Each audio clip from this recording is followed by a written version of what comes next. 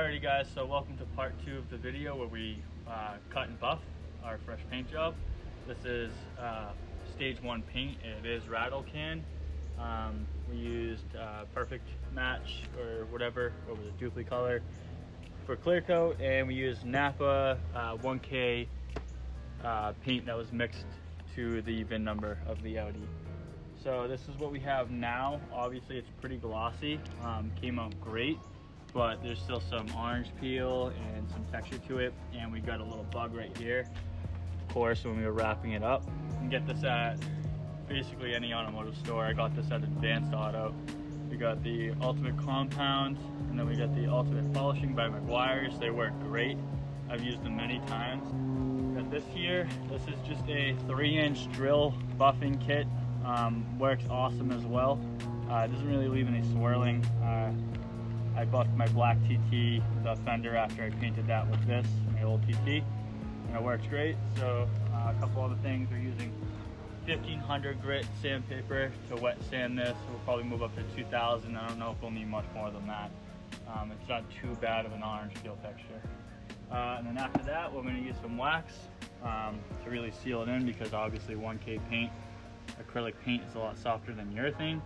So we want to wax it, we want to protect it as much as possible. This is what I got here. And this works awesome as well. I love it.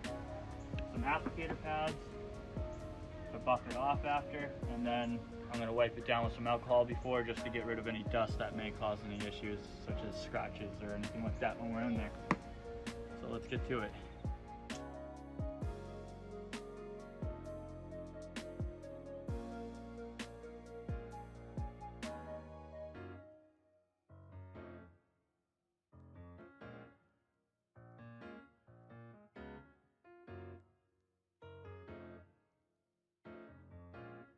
To put the compound on the pad, kind of blot it around a little bit. Don't, keep it moving. You don't want to burn the edges, but then right through the paint.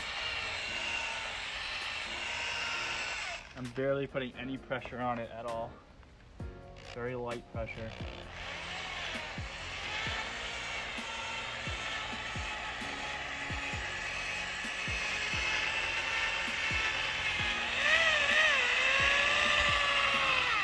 Alright, so we're moving on to the other side here. I'm using the rubbing compound. Quick tip is to don't let your pad dry up. If you let your pad dry up, you'll feel some resistance when you're moving the drill around or the buffer, whatever you're using. If you let it dry up, you chance burning through your paint or your clear, and you definitely don't want to do that. If that happens, and you're basically starting all over again, unless you don't mind the flaw. So keep it wet, keep it moving, and don't push too hard.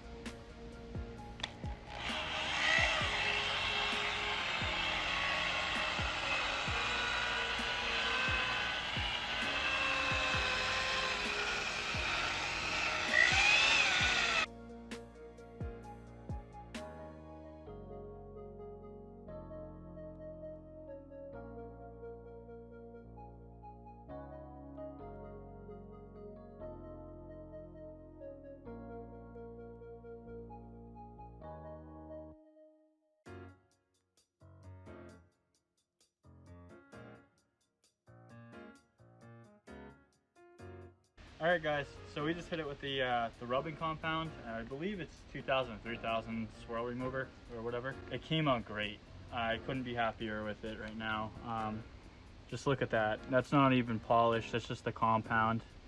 I'm so happy with that. So what I'm going to do is hit it with compound a few more times. I'm going to do the rest of the bumper, polish it up. We got a brand new grill we're going to put in there. We'll show you guys what it looks like after.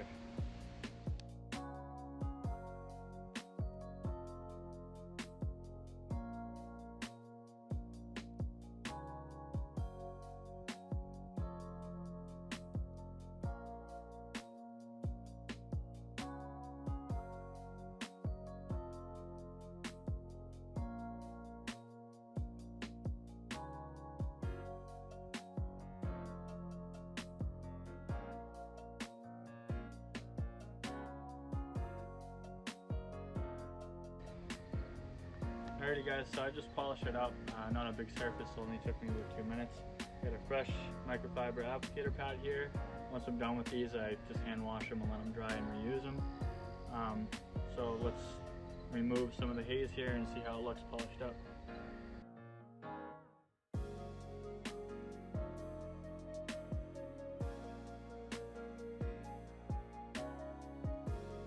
Alright, so it's time to wax. We just polished it up. It looks great. The best we can get it, which is honestly, you wouldn't know the difference if it was sprayed out at a shop, auto body shop. If you take your time and you wet sand it right and you prep the bumper correctly, you'll get the same finish. So time for some wax. Comes with an applicator pad, which is pretty cool. So I'm going to put some on. You give it about 10-15 minutes, let it haze over, and then you buff it back off with a hand pad. So we're just going to jump right into that.